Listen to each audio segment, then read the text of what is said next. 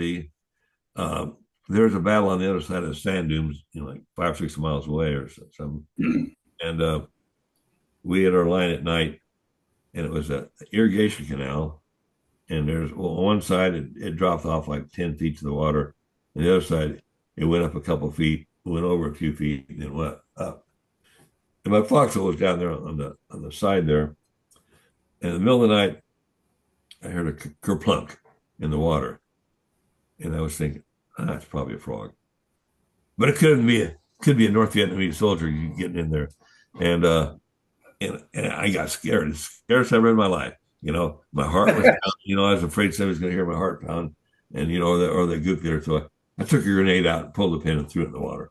I don't know if I killed a frog. We didn't find any bodies the next day, so it's probably a frog. But that's the scariest I've ever been in my life. Just because of the unknown aspect to it. Yeah, you let your mind go crazy. And You after being relaxed for a month or so, either or didn't want to go through the gauze thing again. Yeah. Yeah, it was scary. Was your mobility affected? My sergeant came on there and I told him the story and said, "Don't ever do that again. Don't ever do that. You woke everybody up." So how long was it from when you were shot till you tried to kill that frog? Months? Maybe 2 months. Is that all? So you took a bullet and they sent you right back after 2 months? Less than that. Yeah, less than that, really. That's pretty short recovery If time. I went to a hospital ship, they might have sent me home. Damn. Maybe. Yeah. Damn the luck. Oh boy from Wheatwater, they're expendable. Mm-hmm. So let's see. Well, you told a story about the Air Force coming to your rescue. Oh, okay. We had a base. It was called C4. It was like a half mile from the ocean, and it was we had big bunkers. Had like 12 by 12 wood beams going across, and put layers of sandbags on top, and bury it down there, and then we'd have hole watch around at night, and then every night there's 2 companies there, so there's maybe 150 people altogether, or maybe a little bit more. And we'd go up along the DMZ and just camp out overnight and just seeing what happened, or if anything happened. And in the middle of the night, where were we going with this?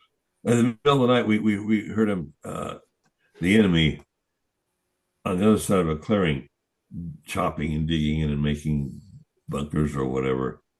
So we knew, first thing in light, things are going to kind of hit the fan. And so we called in 2 Phantoms and a couple of gunships because we knew there's people on the other side. So How far away was that from your position? 50 yards maybe. Oh, geez. Yeah. In the clearing across there, So so in the morning we went over there, and they were just the advance of a battalion or whatever. One of my best friends looked inside of a bunker, and he should, it's enemy in there. He should have thrown a grenade in. He looked in there and got shot literally between the eyes, and blew his brains out. And they had me and a couple of guys tried to take him back to the rear, and I physically couldn't. I just couldn't do it. Anyway, so we had a tank with us, and we were moving along, and then the Air Force came and said, you're messing with the point of a 1,000 people. So there's 20 some of us against 1,000. Those odds aren't all that great, And so we did the Marines don't retreat; they do tactical advances to the rear. So I remember it was after R&R. I had one of those little spy cameras that fit inside of a cigarette case, And I remember we were boogieing on back, and I remember I tripped and it fell and landed into a puddle about the size of a car, a clear puddle, but I didn't have time to, didn't think I had time to try to find it. So we were booking. So the Phantoms came in there and they did a couple passes and dropped napalm and did that and guns, and the helicopter the same thing. But it was kind of, in a way, it was fun. It's just like, playing in a movie. We weren't scared. We need to get out of here.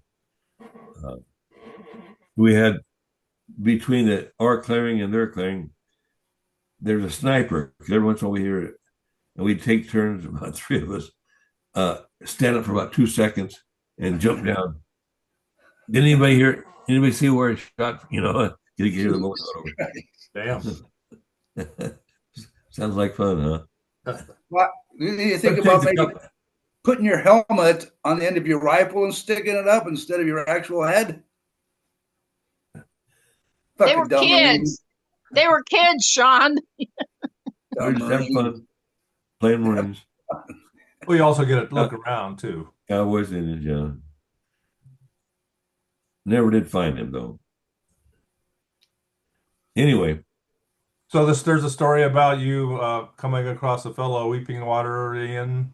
Oh yeah, it was up along Camp Carroll, and I lost my glasses, so I couldn't see very well. And there's an army jeep came up there and was asking directions, and I said, "Well, you're going toward Caisson." "Oh, we don't want to go there." And the driver was Jim Murphy, classmate. "Is that you, Fitzpatrick?" "Yeah, Murphy." So we talked just a few minutes, but wow, amazing. There's actually a number of people in my class that went. Murphy, a couple of Rodney Mathers, Terry Mathers, Jim Murphy, Steve Murphy, his older brother, and of course Jim Moore that died over there. Those are all Vietnam people that went to Vietnam. Those all went to Vietnam that you named. Yeah, and all drafted with me. And there's the Firefly story. It was the Weeping Water contingent, huh? Yeah, and the Firefly would send out listing posts. Just four of us, and we went. Some went south of the base, some went north. And I was one night, and a lieutenant said, "Well, we see lights. I think they're aiming lights for rockets that they're the Navy base at Quaviet, which is the river south of us." And so they told me to call in 105 artillery, and I fired a couple rounds, and the lights moved, kind of erratic. I said, those are Fireflies. And they're not Fireflies. Those are aiming lights for rockets. So I spent all night long trying to kill Fireflies with artillery. It's damn near impossible. Well, there might have been more than one. Yeah. I might have killed a couple. I'm sure you killed some. So, I probably shot 40 or 50 rounds off. So I'm still probably paying taxes for the Firefly night.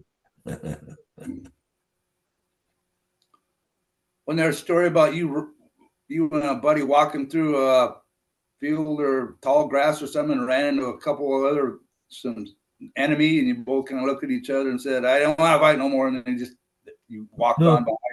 No. I heard something about that you seen somebody, a Vietnamese or something, close by, and you both looked at each other or something like, "I don't want to fucking die today," and you just kept going or something. That's a fabricated memory? No. That's a common movie plot. Yep. It happened to Hitler in World War One. Some British guy had him dead to rights, and Hitler was wounded a little bit, and he let him go. Hitler had a picture of this guy in one of his bunkers or his office. Here's the British guy that didn't kill me. Really?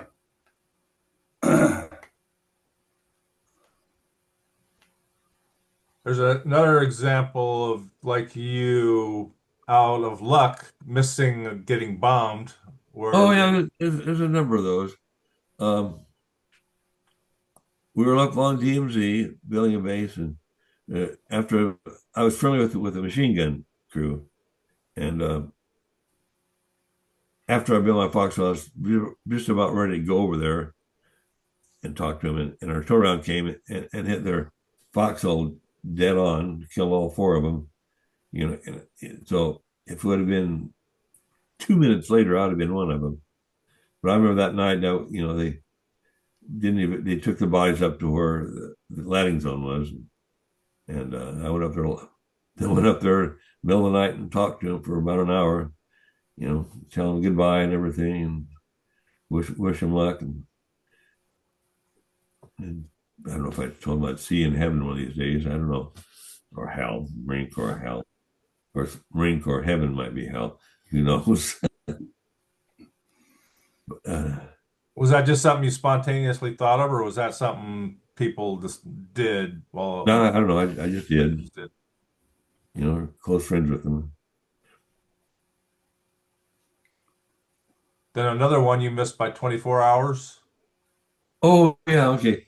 This was along the DMZ and A3 of base we were building, and it was kind of it was raining like hell. We dig our foxhole, and we just kind of, one guy would be up and watch, the other guy would be sitting on his helmet, and when the water got up to your butthole, you took your helmet and douched everything out. And the next night I was out in an outpost. What you shake your hand for? I'm saying hi to baby. Oh, hi, baby. That's baby Lily. Lily. Lily. Her mama's making her a baba. Hi, Lily. Baba. Say hi. You were douching out your asshole, Mike, Brian, or douching? Yeah, you got wet. Forgot what you were Hey, douching out. kid here. Yeah, bunghole then. She doesn't talk yet. So He was the drinking his beer. next night I went on an outpost, and they had what's called H9 fire artillery. Suppose they had everything on the computer, analog computer or something, or abacus or something. I don't know. Anyway, so they shoot rounds off every which way, just to mess with the North Vietnamese. Well, one of them hit my foxhole dead center and killed all three of them. So if it would have been 24 hours earlier, I'd have been one of the three dead. And this is friendly fire, then you would. Yeah, it's really far. And would it have been documented and everything, or what? Beyond my pay grade. Uh-huh. I'm sure they called up right away. You guys you just killed. I don't know. Oh, that was friendly fire? Yeah, it was our fire. They just Oh. shoot out along the DMZ and stuff. Figured that it'd just be messing with them. Damn. Keep them away.